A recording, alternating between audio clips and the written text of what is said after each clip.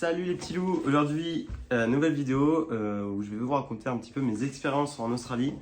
Donc je suis arrivé même en Australie le 21 février 2023 et j'y suis resté seulement une période de 4 mois tout d'abord et puis ensuite je repartirai pardon parce qu'on est en plein été en septembre. Donc je suis arrivé en Australie, j'ai fait un peu mes papiers, donc j'ai ouvert un compte en banque, j'ai demandé mon TFN. Je suis allé voir les agences pour travailler, j'ai demandé mon permis de conduire et au bout d'une semaine, je commençais à chercher un travail. Donc, premièrement sur Gumtree. Mon premier taf, je me souviens, c'était juste un job d'une journée, même pas d'une journée, de seulement 3 heures.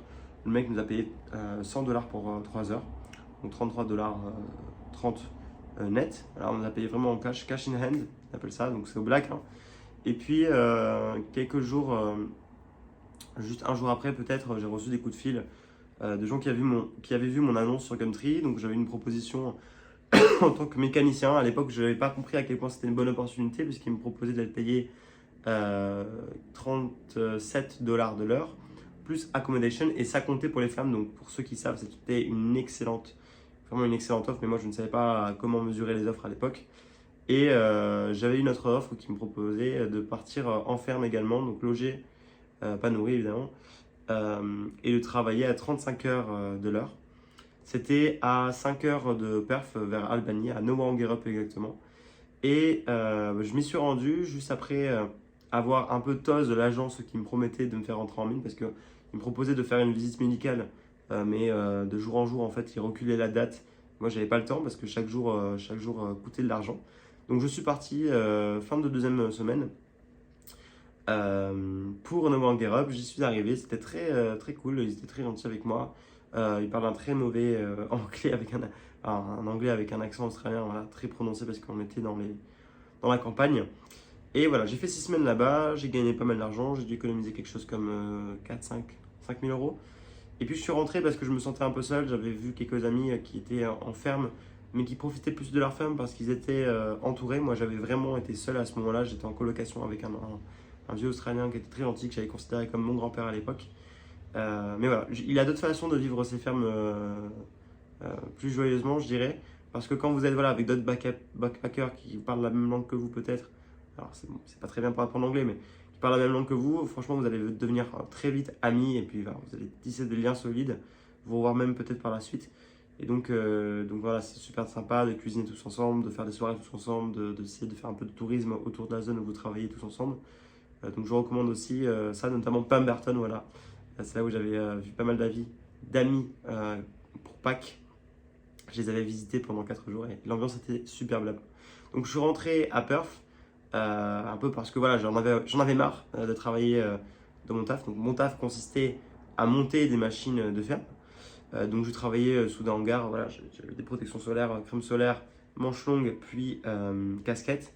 Et je travaillais comme ça, voilà, 10 heures par jour, quelque chose comme ça, pour faire pas mal de blé. Donc c'était un peu physique, mais pas tant que ça. C'était de la mécanique, hein, donc ça m'a appris à être un peu plus débrouillard de mes mains. Je conduisais aussi euh, j'ai de la tractopelle, mais non, c'est un forklift. On appelle ça, je sais plus le nom en français. Un forklift, bon, vous voyez la machine qui vient soulever avec deux bras. Je vais retrouver le nom. Je vais retrouver le nom et je vais couper.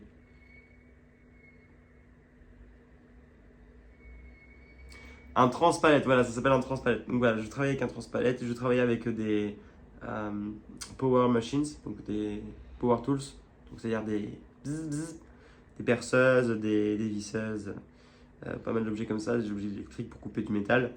Voilà, tout ce qui avait vraiment rapport avec la mécanique. C'était sympa, j'ai appris pas mal de choses. Bon, j'en avais un peu ras à la casquette, donc je suis reparti à Perth. Et quand je suis arrivé à Perth, je me suis laissé un peu une semaine tranquille où je revisitais, où je me faisais des amis. Puis j'ai retrouvé un peu de taf au fil du temps. J'ai travaillé en tant que peintre tout d'abord quelques jours, à peu près 4 5 6 jours, ouais, je pense 6 jours, avec un gars que j'ai trouvé sur Gumtree.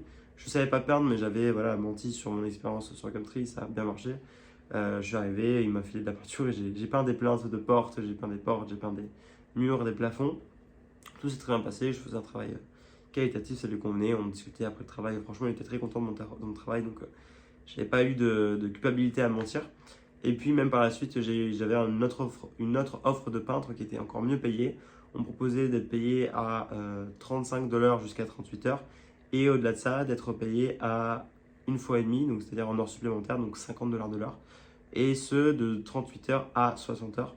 Donc voilà, j'avais 22 heures payées à 50 et 38 heures payées à 35. Ce qui me faisait à peu près 2200 net dollars par semaine.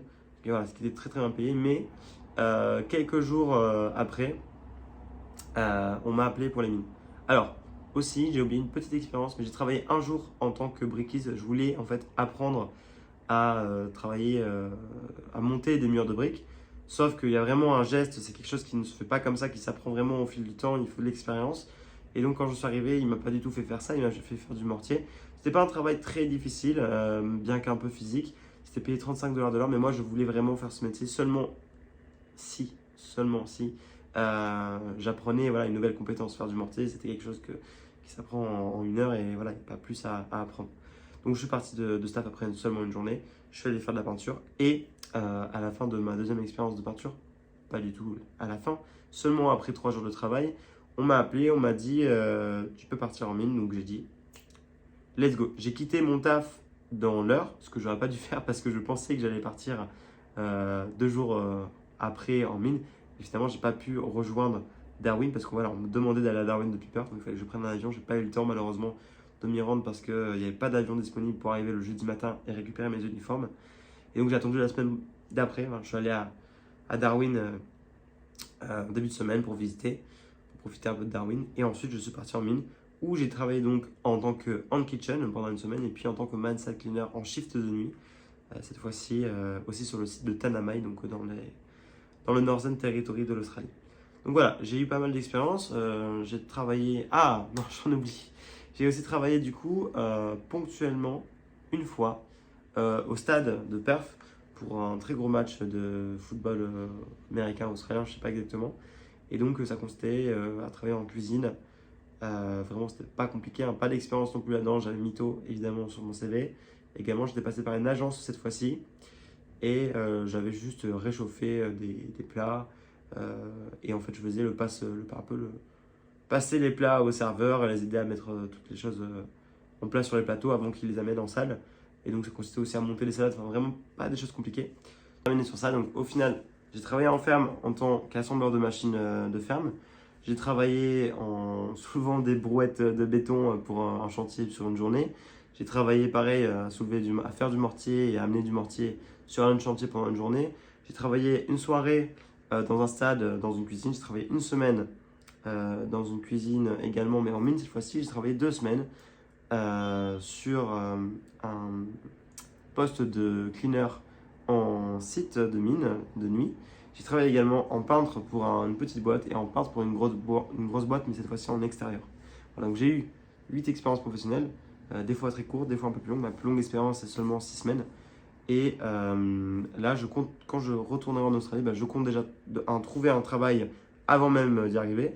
Et deuxièmement, je compte rentrer en mine parce que voilà, c'est quelque chose quand même qui est très bien payé. Et surtout, on a une application, une fois qu'on est casual, pour travailler en intérim, on a une application, on peut sélectionner les shifts. J'ai encore des propositions de travail sur mon application. Je peux retourner à l'Australie à tout instant pour travailler en mine. Ça, c'est vraiment, vraiment pratique.